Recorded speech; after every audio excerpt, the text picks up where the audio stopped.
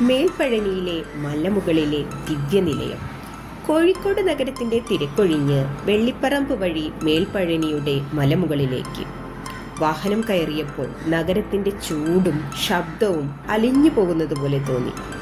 ഇടതു വലതു ഭാഗങ്ങളിൽ പച്ചപ്പും ഇടയ്ക്കൊക്കെ ചെറുനദികളുടെയും വയലുകളുടെയും ദൃശ്യങ്ങൾ. കുറച്ചു വളവുകൾ പിന്നിട്ടപ്പോൾ മലമുകളിലെ മേൽപ്പഴനി മുരുകൻ ക്ഷേത്രത്തിന്റെ കൊടിമരം കണ്ണിൽ പതിച്ചു. ചെറിയ കുന്നിൻ മുകളിൽ നിലകൊള്ളുന്ന ഈ ക്ഷേത്രം ജ്ഞാനദണ്ഡായുധപാണി സ്വാമിക്ക് സമർപ്പിച്ചതാണ്. ദേവാലയത്തിന്റെ ശാന്തതയും മലനിരകളുടെ കാറ്റും ഒരുമിച്ചപ്പോൾ മനസ്സിലൊരു പ്രത്യേകമായ സമാധാനം.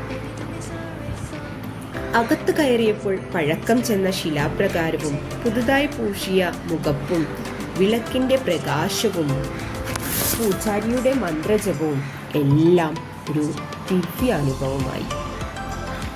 ക്ഷേത്രത്തിന്റെ പിറകിലൂടെ കടന്നു പോകുമ്പോൾ കാണാൻ കഴിയുന്ന കാലാകാലവും കായ്ച്ചു നിൽക്കുന്ന സപ്തപർണി മരവും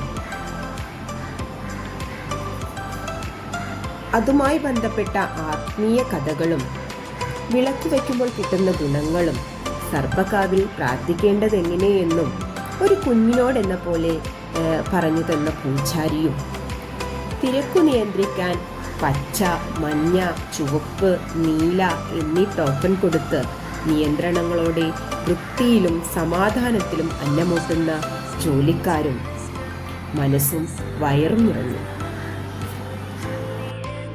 മനസ്സമാധാനത്തോടെ മനസ്സറിഞ്ഞ് ഏകാഗ്രതയോടെ കൂടിയിരിക്കാൻ പറ്റിയ ഒരു ക്ഷേത്രമാണ് മേൽപ്പഴനിയിലെ മുരുകൻ ക്ഷേത്രം.